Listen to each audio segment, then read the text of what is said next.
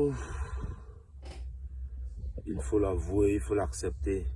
Quand c'est bien servi, quand c'est bien fait, il faut accepter. Général Valsero, chapeau, papa. On ne t'appelle pas papa parce que tu es vieux. Moi, personnellement, je t'appelle papa parce que quand je regarde depuis des années, ton combat, c'est le combat d'un papa. Tu n'as pas choisi ton nom au hasard. Tu te bats depuis jeune. Quand je regarde l'une de tes premières vidéos, je constate que ce que toi tu vois à Valsero, il faut des années pour que d'autres personnes puissent le voir. Mais moi personnellement, je suis très content par rapport au combat que tu mènes. Mais la seule chose qui m'attriste, c'est le fait que tu ne sois même plus Camerounais. Ils t'ont tout arraché. Et ils t'arrachent tout pour te fragiliser. Mais tu n'as pas arrêté. Le combat a continué et jusqu'aujourd'hui, nous sommes au bout du tunnel. Le bout du tunnel dont tu avais parlé la dernière fois dans ton son. Nous sommes déjà au bout du tunnel. Et le président Maurice Kamto reste et demeure celui-là que son destin a croisé celui du Cameroun. Le Cameroun, c'est un pays chanceux. Le Cameroun, c'est un pays prospère. Le Cameroun, c'est l'Afrique en miniature. Il n'y a pas de raison pour laquelle ce pays doit manquer de l'eau, de l'énergie, de quoi manger. Il n'y a pas de raison. Maintenant, je voudrais aussi que tu essaies d'interpeller nos frères du Nord. Non, pas nos frères du Nord, nos frères du Nord-Ouest et du Sud-Ouest. Depuis que je vois ce combat, depuis un bon bout de temps, je n'ai pas encore vu quelqu'un, un anglophone, prendre position. Je ne sais pas s'ils se sentent délaissés, mais nous sommes tous un pays et nous sommes de tout cœur avec eux. C'est le moment même de mettre les pendules à l'heure, car Dieu nous a envoyé celui-là même qui va sauver le Cameroun. Big up à toi, Valsero, chapeau à toi. Tu es un homme à une vision très lointaine. Ton combat date des années. Ce n'est pas un combat d'aujourd'hui. Et pour ça, plusieurs Camerounais ne le savent pas. Plusieurs Camerounais comme moi, qui viennent de s'intéresser il y a de cela 1 ou 2 ans à l'histoire politique de notre pays, ne le connaissent pas. Tu mènes un combat depuis des années, sans intérêt. Parce que quand tu mènes un combat avec l'amour, il n'y a pas de quoi l'intérêt va passer là-dessus. Big up à toi, Valsero. Ciao, ciao. La résistance, la résistance, la résistance. Maurice Kamto, président. Maurice Kamto, président. Oliwatade Kamto, Nogotaya. Oliwatade. Bonjour les enfants. C'est papa.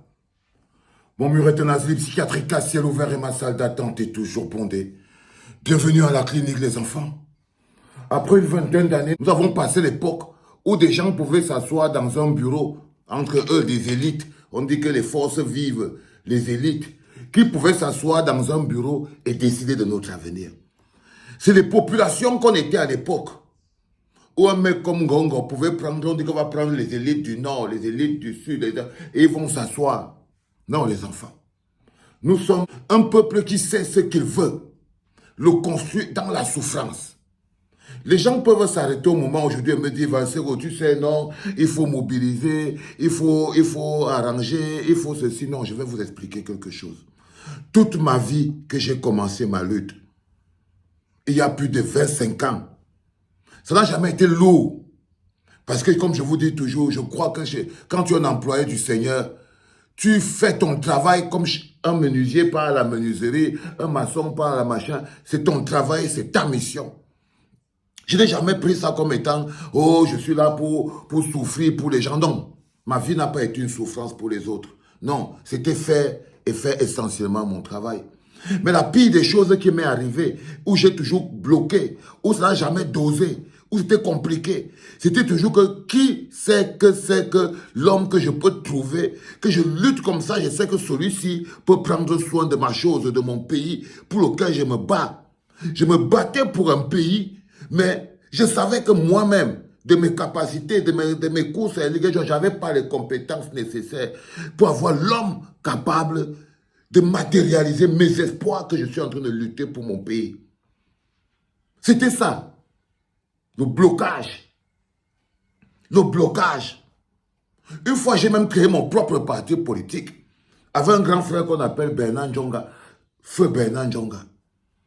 On avait, à force de regarder, de ne voir personne, on avait décidé qu'on va faire le travail nous-mêmes. Oui! Là, les gens qui connaissent Bernard Djonga, c'était un teigneux, c'est un de mes grands tatas de père avec qui j'ai grandi. Les gens qui m'ont formé dans la vie, il y avait le Bernard Djonga, c'était mes patrons.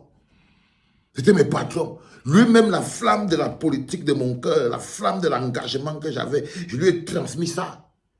Je lui ai transmis ça. Je me rappelle, la première fois qu'on s'est séparés, il me disait que non, Valsero, toi tu fais trop la politique. Ok, moi je suis un activiste. Moi je ne veux pas tout. Je lui avais dit que tout est politique, grand frère. Laisse toutes les histoires que tu es en train de payer. C'était mon patron, c'est lui qui payait mon salaire. Mais il n'aimait pas quand j'étais sur les plateaux de télévision pour parler de la politique et tout, alors qu'on était là à Yaoundé, à Lagdik, en train de jongler, on se bat comme on peut. C'était le patron des agriculteurs, Bernard Djonga. Un jour, il est revenu, il m'a dit que c'est toi qui avais raison, Valsero. C'est toi qui avais raison. Un jour, il est revenu, il m'a dit que c'est toi qui avais raison. On a créé notre propre parti, le CRAC, Croix au Cameroun. J'avais créé un parti dans ce pays-là. Mais au dernier moment, je ne sais pas ce qui s'est passé. Le père l'a mal laissé au Carrefour. Oui, les gars, ma vie, c'est beaucoup de déceptions. C'est beaucoup de déceptions. On a travaillé, on a dit que non. C'était lui le champion, non? C'était lui notre candidat. On était parti. Quand on a regardé tout ça, il n'y avait pas l'homme. Il n'y avait pas l'homme. Ok? Même mon dernier oncle qui m'a mis sur le côté, il est parti. J'ai continué d'observer, à lutter, jusqu'à ce que je tombe sur Maurice Kamto. Il avait tous les éléments nécessaires, le courage, la détermination, l'envie, la rage, les compétences, l'intelligence, l'intellectualisme. Je n'avais jamais vu tout ça en un seul homme. Je n'avais jamais vu tout ça en un seul homme. Et je n'avais même pas encore découvert l'homme derrière. C'est-à-dire que quel est l'homme qui est derrière tous les profils qu'on voit là, quand on dit que membre du curatorium, poète, écrivain, avocat international, tout ça là, patati patata. Derrière ça, il y a un homme.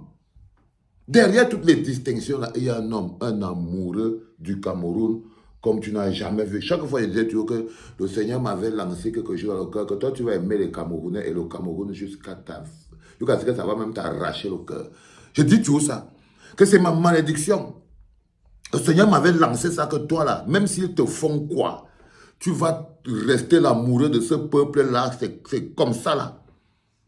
La seule personne que j'ai vue, brûlant la même flamme dans son cœur, c'était Maurice Kamto. Je n'ai pas le temps de travestir la logique. Je n'ai pas le temps, je ne jongle pas. Je ne suis pas en train de dire que non, on va voir si Bello Bouba fait. Je m'en fous de ce que Bello Bouba pense. Je n'ai rien à carrer de ce que pense Issa Chiroma. Ce n'est pas mon problème. Je les connais depuis. Vous les découvrez peut-être. Et dans mon process, quand j'ai cherché l'homme, ce n'était pas eux. Ils avaient joué le concours. Tous avaient joué le concours. Ils n'étaient pas les hommes de la situation. Ils ne l'étaient pas là à l'époque. Ils ne le seront pas aujourd'hui. Mais je sais où je vais. Un peuple sait où il va. Je sais avec qui je pars. Si c'est dur, on va s'accrocher comme on peut. Mais je ne me pervertirai jamais. Jamais. Jamais. J'ai mis mon processus en route depuis des années. Tout le monde qui vient sur sa route, si après le peuple veut, il part là où il part. Mais vous ne me pousserez pas à me fourvoyer. Jamais. Jamais, les enfants. Le jour où j'ai mis ma main sur l'homme qui mérite que je me lève tous les matins à 6 heures, je dors jusqu'à la nuit en disant que celui-ci, il mérite tous les efforts là. C'est Maurice Kamto. Et il a payé. Il a payé, il m'a démontré. Il m'a démontré dans la sueur, il m'a démontré dans le sang, il m'a démontré dans la souffrance, il m'a démontré dans la douleur, il m'a démontré que pour ma chose que j'aime le plus, là, le Cameroun, lui, il est prêt à souffrir pour ça. Lui, il est prêt à souffrir pour ça, les gars. Et pour moi, ça a une valeur incommensurable. Ce n'est pas quelque chose que je peux facilement travestir parce que peut-être on dit que la coalition a fait ceci, patati, pataron. Moi, je mène un peuple mature. Je mène un peuple mature. Je sais où je vais. Je ne cherche pas ma route. Je ne cherche pas ma route. Elle est claire. C'est si je me mets à faire ce que vous êtes en train de vouloir nous amener à faire là. Parce que c'est ça la logique du RDPC. C'est-à-dire que c'est de vous planter 2 graines, 3, 4 graines dans votre détermination. Il y a 4 mois, moi, je ne comptais pas que les gars allaient démissionner. Non. Mais j'avais toujours ma foi et ma niaque. Il y a encore 4 mois, 5 mois, les bonhommes là n'étaient pas calculés sur mon système. Ils jouaient pour l'adversaire. Il y a encore quelques mois, les bonhommes que vous voyez là étaient pour l'adversaire. Et je n'avais pas peur. Et je n'avais pas peur, j'étais déterminé. Je savais qu'avec notre bloc, on va y aller à fond la caisse. À fond la caisse. Et je ne me laisserai pas affaiblir par une histoire de que peut-être les gens vont violer la loi, ils vont violer la constitution. Il faut que on trouve à Maurice Kamto un parti Yango pour venir faire patati patata. Non, je suis désolé les enfants. Vous savez, on peut encore repartir pour 7 ans. Je ne vendrai pas mon âme pour ça. Je ne vendrai pas mon âme pour ça. Non. Je ne vendrai pas mon âme pour ça. Parce que ce sera du faux. Parce que ce sera du faux. Vos histoires de ce sera du faux. Si vous remarquez bien les personnes qui vous forcent à dire, ah ouais, il y a là maintenant les Chiroma, les Bello Bouba, les machins, c'est les mecs du système. C'est les mecs du système. Mais tous ces gars-là, eux-mêmes, ils savent où est la route. C'est des hommes politiques aguerris. OK? Donc, je tenais à vous le dire, les enfants. Je sais qu'il y a la solution toute facile, toute faite, qui tombe là devant vous. On peut, si on mobilise Issa Chiruma, Bello Bouba, Zipang, machin, truc, tout ça, vous finissez de ramasser tous ces torchons et toutes ces serviettes et tout, et vous croyez que vous êtes en train de faire quelque chose de solide. Mais non. Les enfants, vous ne serez pas en train de faire quelque chose de solide. Vous serez en train de fragmenter votre dynamique. Fragmenter, les gens viennent prendre les pas de marcher dans ma chose que je lutte depuis des années. Un mec comme Zipang se lève et dit que non, il ne va plus suivre les gens. Il avait suivi qui, quand, où? Non, les enfants. Non, il faut savoir ce qu'on appelle une victoire. Il faut savoir, ma victoire, ce n'est pas le pouvoir, c'est la liberté. Ce n'est pas le pouvoir que le président de la République. Non, je ne lutte pas pour des choses aussi basiques. Pas du tout. C'est l'émancipation de mon pays. C'est la place de mon pays sur l'échiquier national. C'est qu'est-ce que les autres pays vont dire du Cameroun. C'est ça ma lutte. La grandeur de mon pays. Et ce n'est pas les micmacs pour avoir le pouvoir. Quand tu te bats pour la grandeur de ton pays, make Cameroun great again. Make my country great again. Non, on ne fait pas les petites compromissions pour être comme si on voulait être le président d'une petite république bananière, sans projet, sans vision. Vous voulez bâtir quelque chose sans idéologie. Une fois que vous avez fini de mélanger tous les gens là, vous voulez mélanger sur la base de quoi? D'un programme politique, du nombre de Camerounais qu'ils contrôlent. Ce n'est pas de la manipulation ça. Hein? La politique, ça se passe derrière. C'est-à-dire que vous ne pouvez pas empêcher les gens, vous ne pouvez pas implanter ce virus dans l'énergie du peuple. Non, les hommes politiques doivent se voir derrière et se mériter.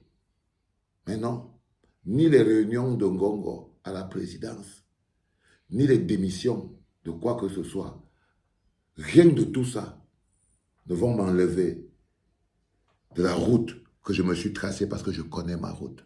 I know where I'm going. Et je sais avec qui je pars. Quelqu'un ne va pas venir me changer mon équipe de bord au milieu de la route. Ça veut dire qu'il va changer ma route. C'est ça les enfants. C'était papa.